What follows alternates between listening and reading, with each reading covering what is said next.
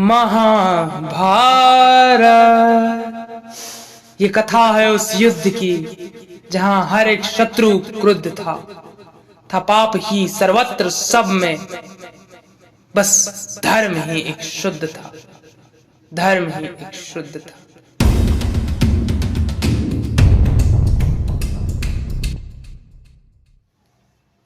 नमस्कार, जय श्री श्याम, जय श्री श्याम, जय श्री श्याम। कथा व्यथा यूट्यूब चैनल में आपका हार्दिक स्वागत है। इस चैनल में इस समय पर आप सुन रहे हैं महाभारत सार संक्षिप्त में। पांडव इंद्रप्रस्थ में आने के बाद, 5 पुत्र हो जाने के बाद जब अर्जुन को वनगमन हुआ, तब पहला विवाह अर्जुन का उलूपी के साथ हुआ, जिसके एक पुत्र हुआ। दूसरा विवाह हुआ चित्रगंधा के साथ हुआ, उनका एक पुत्र बब्रुवाहन हुआ। इसके बाद अर्जुन 2 विवाह करने के बाद, दोनों पुत्रों के बाद फिर अर्जुन जाते हैं, मन में विचार करते हैं कि मैं इंद्रप्रस्थ जा नहीं सकता हूँ, चलो भगवान के दर्शन करके आता हूँ। द्वारकापुरी के लिए अर्जुन प्रस्थान करते हैं। द्वारकापुरी में अर्जुन का भव्य स्वागत होता है। भगवान अर्जुन दोनों मिलते हैं, वार्तालाप होता है। उसी समय पर भगवान देखते हैं कि जो भगवान की बहन सुभद्रा है वह अर्जुन को चाहती हैं। कुछ बातों से, कुछ नजरों से पता चल जाता है। इस पर एक दिवस की बात होती है कि सुभद्रा जंगल में जाती हैं, कुलदेवी के मंदिर में। वहां पर एक राक्षस आता है और सुभद्रा को उठा के ले जाने की कोशिश करता है।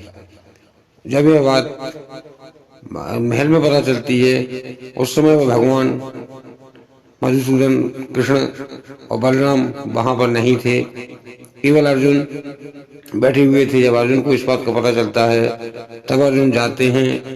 जाने के बाद उस राक्षस का अंत कर देते हैं। राक्षस का अंत करने के बाद सुभद्रा को लेकर रथ पर बैठकर दोनों लोग राजमहल में आते हैं। उसी समय भगवान और बलराम जी आ जाते हैं। अर्जुन की काफी सराहना होती है और इसके बाद अर्जुन वहीं विश्राम करते हैं। इसी कड़ी में इतना सब कुछ होने के बाद, इसके पहले की कथा मैं आपको सुनाता हूँ जो जरूरी है। इसके पहले बलराम जी एक किसी कार्य से हस्तिनापुर गए हुए थे। जब हस्तिनापुर बलराम जी पहुंचे, तब मामा शकुनी ने अपनी एक चाल खेली और मामा शकुनी ने कहा बलराम जी से कि हे बदाऊ, आप गदा युद्ध में निपुण योद्धा हैं। जो आपने भीम को प्रशिक्षण दिया है, वह प्रशिक्षण यदि भांजे दुर्योधन को मिल जाए तो बहुत ही अच्छा होगा, क्योंकि गुरु के लिए शिष्य बराबर होते हैं। और जैसे ही वो आपकी बुआ का लड़का है, तो ये भी तो आपकी बुआ का लड़का है। इस पर बलराम जी राजी हो जाते हैं और बलराम जी का स्वागत होता है। बलराम जी गदा युद्ध दुर्योधन को सिखाना शुरू कर देते हैं। विगत 6 माह में बलराम जी दुर्योधन के लिए गदा युद्ध में पारंगत कर देते हैं। दुर्योधन गदा युद्ध में निपुण होने के बाद, क्योंकि गदा युद्ध में तो पहले से ही निपुण था, गुरु द्रोणाचार्य ने उसे गदा युद्ध सिखाया था, जो भीम को सिखाया था। जो बलराम जी ने विद्याएं दी थी, जो भीम को विद्याएं दी थी, वह विद्याएं इन्होंने दुर्योधन को भी दी। जब 6 माह बाद आखिरी दिन होता है, जिस दिन परीक्षा का समय होता है, इस प्रकार से साल भर पढ़ाई करने के बाद परीक्षा दी जाती है, उस समय वह परीक्षा का दिन होता है। तब वह कहते हैं कि दुर्योधन, आज तक मैंने जितने भी शिष्य बनाए हैं, कोई भी शिष्य मुझसे जीता नहीं है। यदि इस परीक्षा की घड़ी में तुम मुझे हरा दोगे, तब तुम मुंह मांगा इनाम पाओगे। इस पर मामा शकुनी, जो कि पांसे में पारंगत था और अपने पिता की हड्डियों के पांसे बने हुए थे। वो वीडियो आप पहले भी देख चुके हैं। उन्हीं पांसों का सहारा लेकर, उन्हीं पांसों से प्रार्थना कर कर छल के द्वारा गदा को अभिमंत्रित कर कर दुर्योधन को देता है। बलराम जी और दुर्योधन में लगभग सुबह से दोपहर तक कांटे की टक्कर होती है। अंततः बलराम जी की गदा उनके हाथ से छूट जाती है और दुर्योधन उस युद्ध में जीत जाता है। तब बलराम जी कहते हैं कि हाँ दुर्योधन, वरदान मांगो, तुम्हें क्या चाहिए। इस पर दुर्योधन कहता है, मामा शकुनी की ओर देखता है। मामा शकुनी कहते हैं कि हे दाऊ भैया, मैं आपसे क्या मांग सकता हूँ, आपका आशीर्वाद ही बना रहे, इतना ही बहुत है। इस पर वह कहते हैं, नहीं, मैंने वचन दिया था कि तुम्हें कुछ ना कुछ मांगना होगा। तब शकुनी कहते हैं कि हे दाऊ भैया, यदि आप देना ही चाहते हैं तो अपनी बहन का हाथ दुर्योधन के हाथ में दे दीजिएगा और सगे संबंधी बन जाइएगा। इस पर बलराम जी ठीक है कह देते हैं, क्योंकि वचन से बंधे हुए थे। इसके बाद बलराम जी जब यहाँ पर आकर यहाँ आते हैं और कृष्ण को पूरी बात सुनाते हैं, तब कृष्ण चिंता में पड़ जाते हैं कि अब तो सारा खेल उल्टा हो रहा है, जैसा मैं चाह रहा था उससे उल्टा हो रहा है। इतना सब कुछ भगवान के लिए बताते हैं। तभी भगवान षड्यंत्र रचते हैं और राक्षस बनाकर अर्जुन के सामने पेश कर देते हैं। अर्जुन उस राक्षस को मारने के बाद सहोदरा को साथ में लेकर महल में जब वापसी आता है, भगवान अर्जुन की बहुत तारीफ करते हैं। दाऊ भैया भी अर्जुन की बहुत तारीफ करते हैं। इस पर भगवान मन में विचार करते हैं कि दाऊ भैया ने तो दुर्योधन को बहन देने का विचार कर लिया है, लेकिन मैं ऐसा नहीं होने दूंगा। जब तक मैं हूँ तब तक मेरी बहन दुर्योधन की पास नहीं जा सकती है।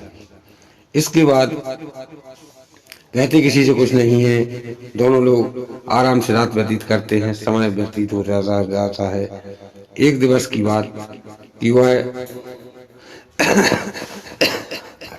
भगवान अर्जुन और अपनी बहन को बुलाते हैं, दोनों से बातचीत करते हैं और दोनों से कहते हैं कि दाऊ भैया दुर्योधन से तुम्हारा संबंध तय करके आ रहे हैं, यह मुझे बिल्कुल भी पसंद नहीं है। यदि तुम लोग चाहो तो यह संबंध हो सकता है, तुम दोनों का संबंध मैं करवा सकता हूँ। लेकिन इससे भी अर्जुन कहते हैं कि भगवान मैं कुछ नहीं कह सकता हूँ। इस पर भगवान कहते हैं कि यदि तुम कुछ नहीं कह पाओगे तो मेरी बहन जैसा मैं कहूँगा, दाऊ भैया कहेंगे वैसे ही करेगी। मैं तुमसे कह रहा हूँ कि मेरी बहन के साथ विवाह कर लो। इस पर अर्जुन कहते हैं कि विवाह में सबसे बड़ी बाधा तो दाऊ भैया है। इस पर भगवान कहते हैं परेशान मत हो, उस बाधा को मैं संभाल लूंगा। दोनों में मंथन होता है, विचार होता है और कुछ दिन अर्जुन वहीं रहते हैं। एक दिवस की बात होती है, नवरात्रि में अष्टमी का दिन होता है। अष्टमी के दिन कुल देवी की पूजा करने के लिए सभी लोग जाना होता है। उस दिन 2 दिन पहले भगवान और बलदाऊ जी कहीं बाहर चले जाते हैं, जानबूझकर मौका निकालते हैं और उस समय पर मेरी बहन से कहते हैं कि हे बहन, तुम जाओ मंदिर में पूजा करो। पूजा करने के बाद वहां से अर्जुन तुम्हें आएगा रथ लेकर और उस रथ को अर्जुन नहीं तुम हाँकना और अर्जुन के साथ यहाँ से दूर निकल जाना, बाकी मैं संभाल लूंगा।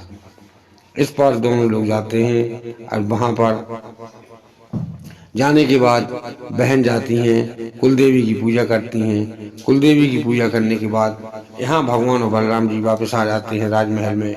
राजमहल में वापस आने के बाद जब अर्जुन वहां पहुंचते हैं, तब रथ पर अर्जुन खड़े हो जाते हैं, सहोदरा रथ हाँकती हैं और अर्जुन सहोदरा को लेकर वहां से भाग जाता है।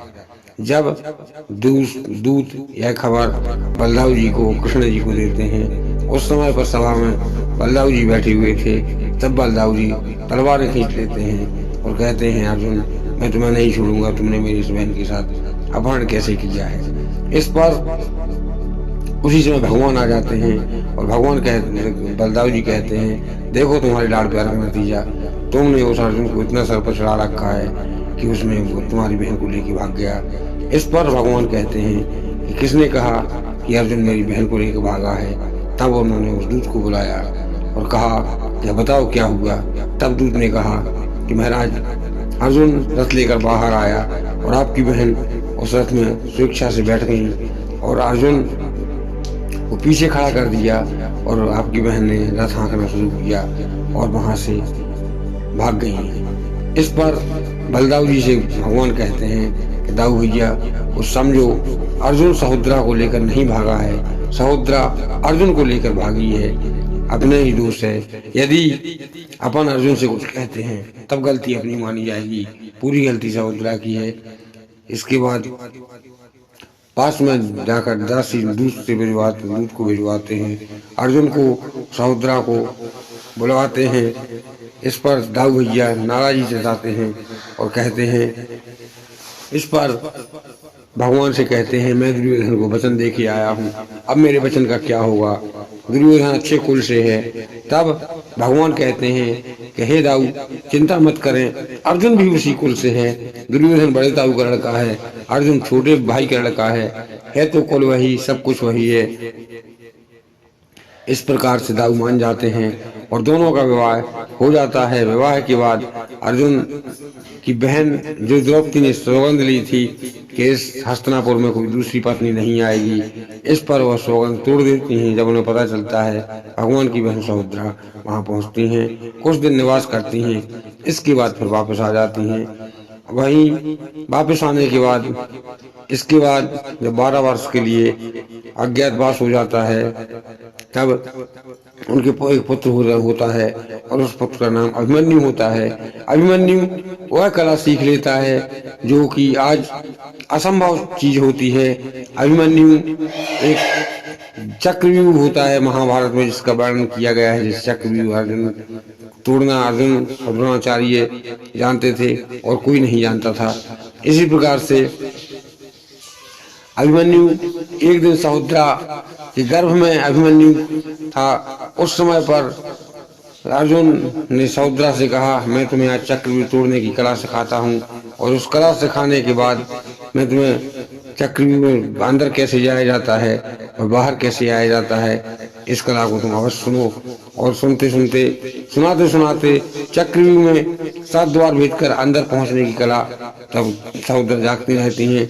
इसके बाद सहोदरा सो जाती हैं। इस प्रकार से अभिमन्यु माँ के गर्भ में रहते हुए वह विद्या सीख लेता है कि चक्रव्यूह में अंदर जाना कैसे है, फिर बाहर निकलने की विद्या वह नहीं जानता है। और फिर वह प्रक्रिया थी, वह टेक्नोलॉजी थी जिसे आज संसार का कोई भी देश नहीं बना सकता है कि माँ के गर्भ में बच्चे ने जो सुना वो आज आपको सुनाई दे रहा है, आपको सामने दिखाई दे रहा है। इस प्रकार से अर्जुन का चौथा विवाह हुआ कृष्ण की बहन सहोदरा के साथ। ये कथा यह बस यहीं पर समाप्त होती है। इन्हीं प्रकार की कथाओं को देखने के लिए चैनल को लाइक करें, शेयर करें, सब्सक्राइब करें, कमेंट करें।